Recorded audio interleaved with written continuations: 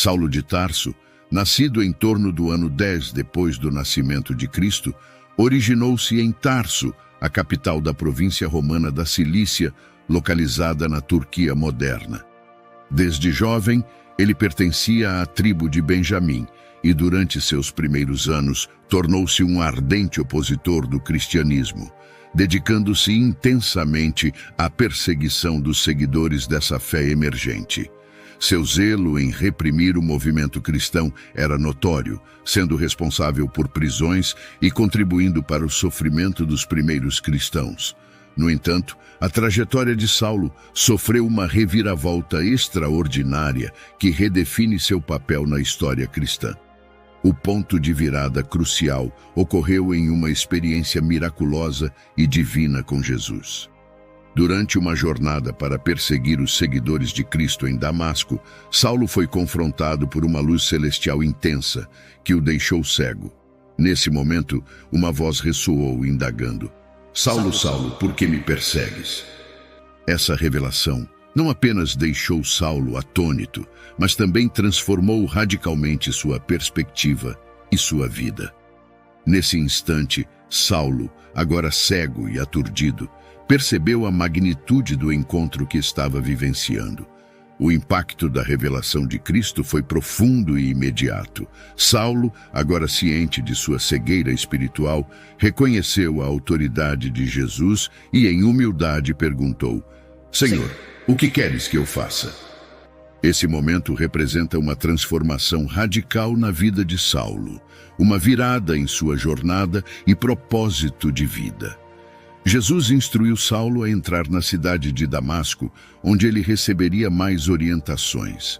Contudo, a cegueira física de Saulo simbolizava agora a abertura de seus olhos espirituais para a realidade do evangelho que ele havia anteriormente rejeitado.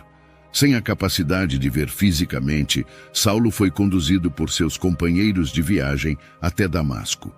A experiência no caminho de Damasco não foi meramente uma intervenção divina, foi a fundação de uma nova identidade para Saulo.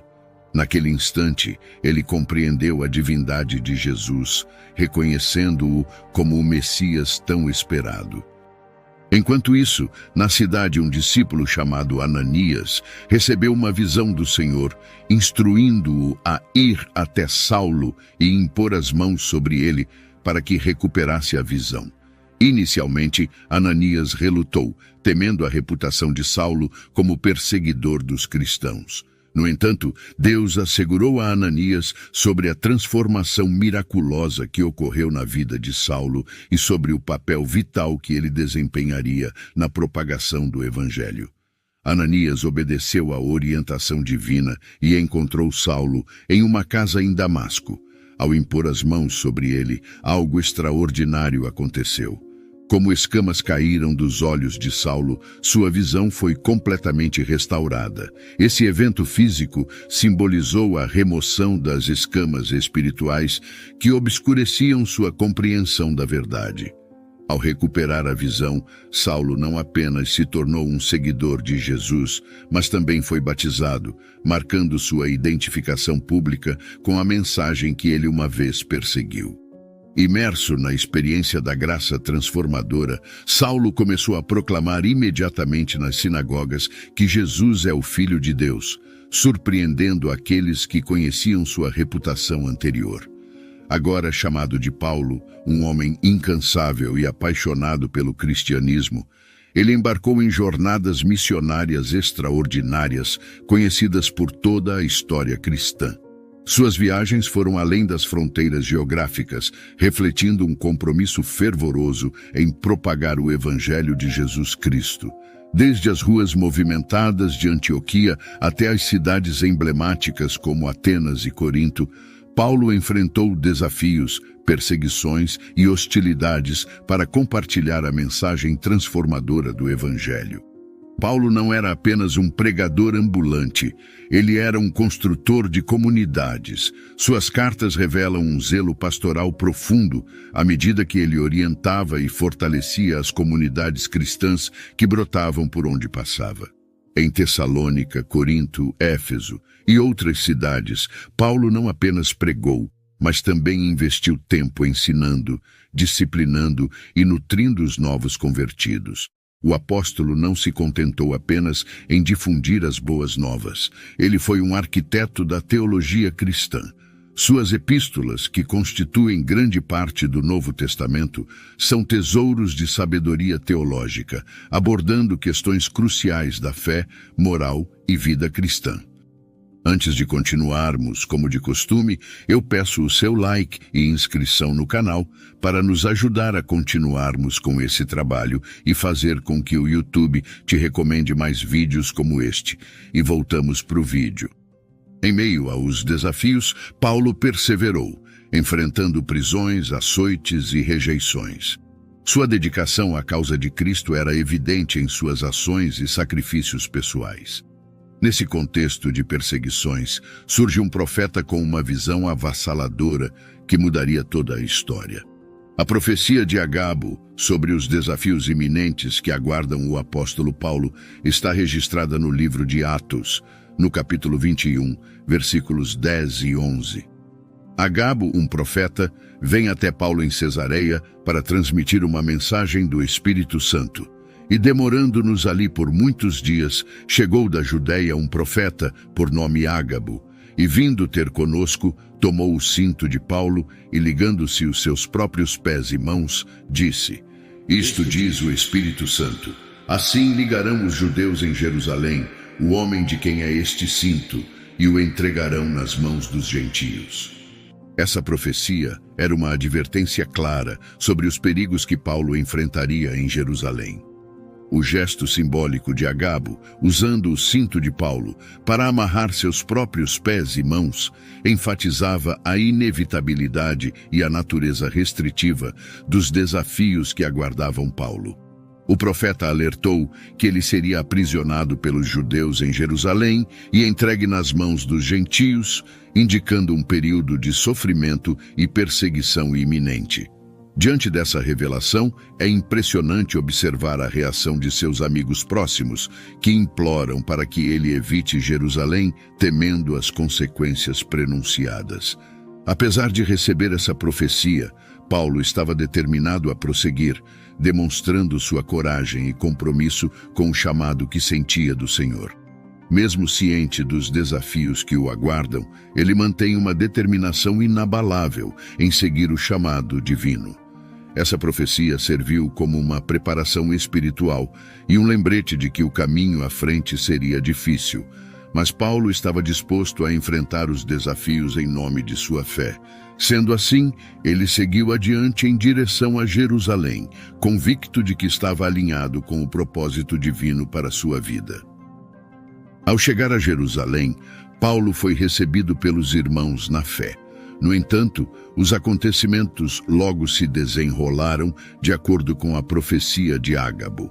Os judeus de Jerusalém, influenciados por uma falsa acusação de que Paulo estava pregando contra a lei e o templo, causaram tumulto e agressões contra ele.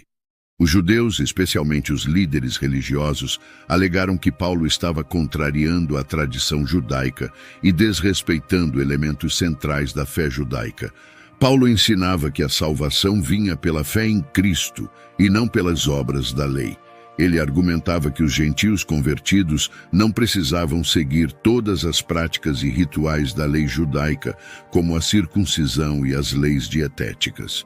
Essa abordagem teológica de Paulo gerou controvérsias e resistência entre alguns grupos mais conservadores dentro da comunidade judaica, que valorizavam fortemente a observância rigorosa das leis judaicas. A situação tornou-se tão volátil que as autoridades romanas intervieram para transferir Paulo para Cesareia, uma cidade costeira que serviria como local para seu julgamento perante o governador Félix. O julgamento de Paulo em Cesareia, diante do governador Félix, destaca-se pela ausência de evidências substanciais que justificassem sua prisão. Félix, ao ouvir as acusações e os argumentos, reconhece a falta de justificativa, mas mantém Paulo sob prisão, mesmo sem uma condenação formal. Durante esse período, Paulo continua a pregar a mensagem cristã, inclusive compartilhando a esperança da ressurreição. Após uma série de audiências e apelações, Paulo permaneceu detido por 2 anos em Cesareia, enfrentando acusações infundadas. Com a sucessão de governadores, Paulo é novamente chamado a se defender diante de Festo, sucessor de Félix. Mais uma vez, as acusações contra Paulo revelam-se infundadas, e ele expressa seu desejo de apelar para César, exercendo seu direito como cidadão romano. Essa decisão o encaminhou para Roma, onde enfrentaria seu julgamento final perante o imperador Nero. A viagem para Roma foi repleta de desafios, incluindo um naufrágio durante o percurso. A história do naufrágio de Paulo na ilha de Malta é um episódio emocionante narrado no livro de Atos, capítulos 27 e 28. Naquele momento, Paulo estava a caminho de Roma como prisioneiro, junto com outros viajantes, incluindo o centurião Júlio, responsável por sua custódia. A viagem começou sob condições desfavoráveis, e Paulo, com sua intuição espiritual, alertou sobre os perigos iminentes. Contudo, seus conselhos foram ignorados. Enquanto navegavam pelo mar Adriático, uma tempestade feroz atingiu o navio. A situação tornou-se cada vez mais crítica e a tripulação perdeu as esperanças de sobreviver. Em meio à tempestade, Paulo recebeu uma mensagem de Deus por meio de um anjo, garantindo-lhe que todos a bordo sobreviveriam, mas o navio seria destruído. Ele compartilhou essa revelação com a tripulação, oferecendo-lhes esperança e incentivando-os a permanecer a bordo para garantir a segurança de todos. O navio eventualmente encalhou em um banco de areia, mas, cumprindo a promessa divina, todos chegaram a salvo à ilha de Malta. A população local, notando o estado dos náufragos, demonstrou generosidade ao acender uma fogueira para se aquecerem. Enquanto Paulo ajudava a recolher lenha, uma víbora venenosa saiu do fogo e o mordeu. Surpreendentemente, ele não sofreu nenhum dano, o que levou os habitantes locais a considerá-lo um deus. Esse incidente abriu as portas para que Paulo compartilhasse o evangelho em Malta, onde ele também realizou curas e milagres. Depois de 3 meses, Paulo e seus companheiros embarcaram em um navio alexandrino que invernara na ilha e puderam continuar sua jornada em direção a Roma. A viagem continua e Paulo finalmente chega a Roma. Sua chegada não é marcada por celebrações grandiosas, mas pela continuidade de sua missão, mesmo em prisão domiciliar. Sob a vigilância de um soldado romano, Paulo recebe permissão para pregar e ensinar. Ele convoca os líderes judeus para compartilhar a mensagem de Cristo, e alguns respondem positivamente, enquanto outros resistem. O período em Roma serve como um epílogo na jornada de Paulo, onde ele continua a impactar vidas, mesmo enquanto enfrenta a perspectiva da morte. O livro de Atos encerra com Paulo residindo em Roma, pregando o reino de Deus e ensinando a respeito do Senhor Jesus Cristo abertamente e sem impedimentos. Sua situação na capital do Império Romano não impediu seu zelo missionário. Ele recebeu a liberdade de receber visitantes e, durante essa fase, Paulo também continuou a escrever cartas, incluindo algumas das chamadas cartas da prisão, como Efésios, Filipenses, Colossenses e Filemon. Essas cartas refletem sua profunda teologia e sabedoria, transmitindo encorajamento, instruções pastorais e ensinamentos sobre a natureza de Cristo e do cristianismo. A segunda epístola a Timóteo, frequentemente considerada uma das últimas cartas de Paulo, é especialmente emocional e reflexiva. Nela, Paulo expressa a consciência de que sua vida está chegando ao fim. Ele menciona sua luta, perseverança e fidelidade ao Evangelho, independentemente das dificuldades. Paulo compartilha palavras carregadas de significado, expressando que ele já está sendo derramado como uma oferta de bebida e que o tempo da sua partida chegou. No entanto, ao invés de lamentar, Paulo declara ter combatido o bom combate e guardado a fé. Sua linguagem sugere um senso de realização e paz interior diante do inevitável. Em uma de suas declarações mais memoráveis, registrada no segundo livro de Coríntios, capítulo 4, versículos 17 e 18, Paulo compartilha sua perspectiva sobre as tribulações da vida. Porque a nossa leve e momentânea tribulação produz para nós um peso eterno de glória muito excelente, não atentando nós nas coisas que se veem, mas nas que se não veem, porque as que se veem são temporais, e as que se não veem são eternas. Essas palavras indicam que Paulo compreendia as adversidades como temporárias em comparação com a glória eterna que aguardava os crentes. Sua expectativa da vida eterna era alicerçada na convicção da ressurreição e na obra redentora de Cristo. Tempos depois, no ano 64 d.C., um grande incêndio devastou a cidade de Roma durante o reinado do imperador Nero. As chamas consumiram vastas áreas, resultando em perdas significativas e deixando grande parte da população desabrigada. A causa exata do incêndio permanece incerta, mas algumas fontes históricas sugerem que Nero próprio poderia ter tido envolvimento. É sabido que Nero tinha ambições de reconstruir partes da cidade de acordo com seus próprios projetos arquitetônicos grandiosos. O incêndio forneceria uma oportunidade para ele redesenhar e remodelar a cidade de acordo com seus desejos. Essa reconstrução poderia aumentar sua popularidade entre a população romana. Algumas fontes antigas, como o historiador romano Tácito, sugerem que Nero tocou sua lira e cantou poemas enquanto observava o incêndio. Esses relatos controversos alimentaram a ideia de que Nero tinha alguma responsabilidade pelo desastre. O imperador Nero, porém, enfrentou um desafio em lidar com o descontentamento popular em meio à devastação. Em uma tentativa de desviar a culpa de si mesmo, Nero voltou-se para uma comunidade já marginalizada em Roma, os cristãos. A fé cristã era vista com suspeita pelas autoridades romanas e os seguidores de Jesus eram frequentemente mal compreendidos. Nero iniciou uma campanha de perseguição contra os cristãos, acusando-os injustamente de serem os responsáveis pelo incêndio. Muitos historiadores consideram essa perseguição como uma tentativa de desviar a atenção pública de seu próprio possível envolvimento no incêndio e consolidar seu poder. Os cristãos tornaram-se bodes expiatórios convenientes em meio ao caos. Durante a perseguição desencadeada por Nero, vários seguidores do cristianismo foram submetidos a prisões, torturas e diversas formas de morte.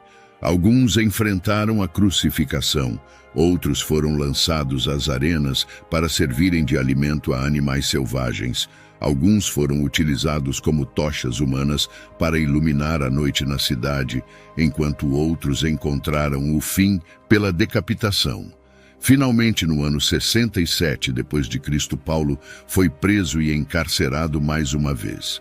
Contudo, ao contrário das prisões anteriores, Paulo já sentia que não escaparia com vida desta vez. Sua convicção repousava na certeza de haver lutado a boa luta, completado a sua jornada e preservado a fé, conforme escrito em Timóteo.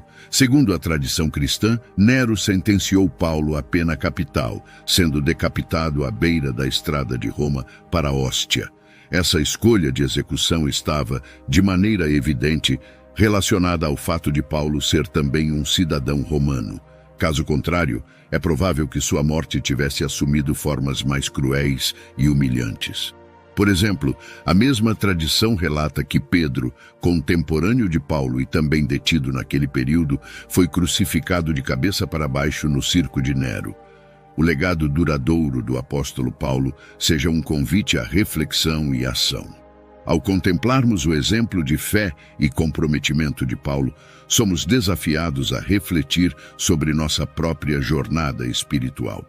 Sua disposição em enfrentar adversidades, suportar perseguições e manter a fé inabalável mesmo diante da morte, serve como um farol, guiando-nos em nossas próprias caminhadas de fé.